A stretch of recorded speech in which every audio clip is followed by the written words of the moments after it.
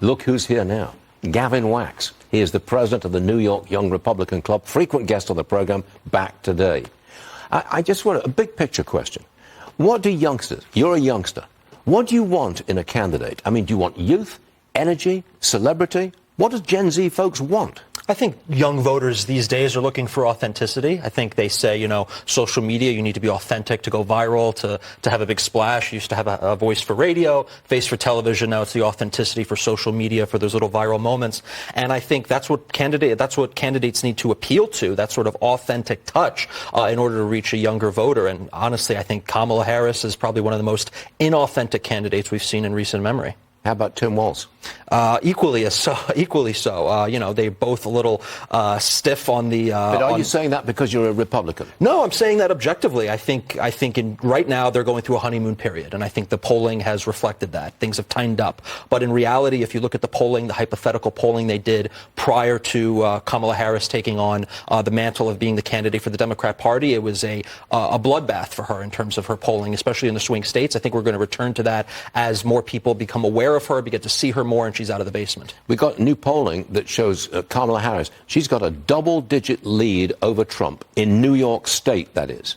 But Trump leads Harris among Jewish voters in New York State. Do you believe that Trump can get 50%, half of the Jewish vote in New York State this year? Well, it'd certainly be a mitzvah if that were to happen. New York State has the highest concentration of American Jews in the country, and they're certainly shifting to the right, particularly at the local level. It's helping candidates down ballot in the outer boroughs in Brooklyn and even in some congressional races. But look, I think the polling we're seeing in New York is showing that, again, she's in a honeymoon period, but I think it's going to return to where Biden was, which was in the single digits, which is remarkable for Republican v. Democrat contest in the state of New York. But again, New York, crazier things have happened. We saw the gubernatorial level, 47%. We can return to those types of numbers for President Trump, and that would mean a massive success in all the other swing states and across the country. If Donald Trump got 50%, half of the Jewish vote in New York State, I keep going back to this, that's a revolution. Oy vey, yes. It would be a huge mitzvah. It'd be a Hanukkah miracle. And I think Is it out of bounds? I mean, don't even think about it. No, look, I think there was a huge discussion on the left, on the Democrat side, about not picking Josh Shapiro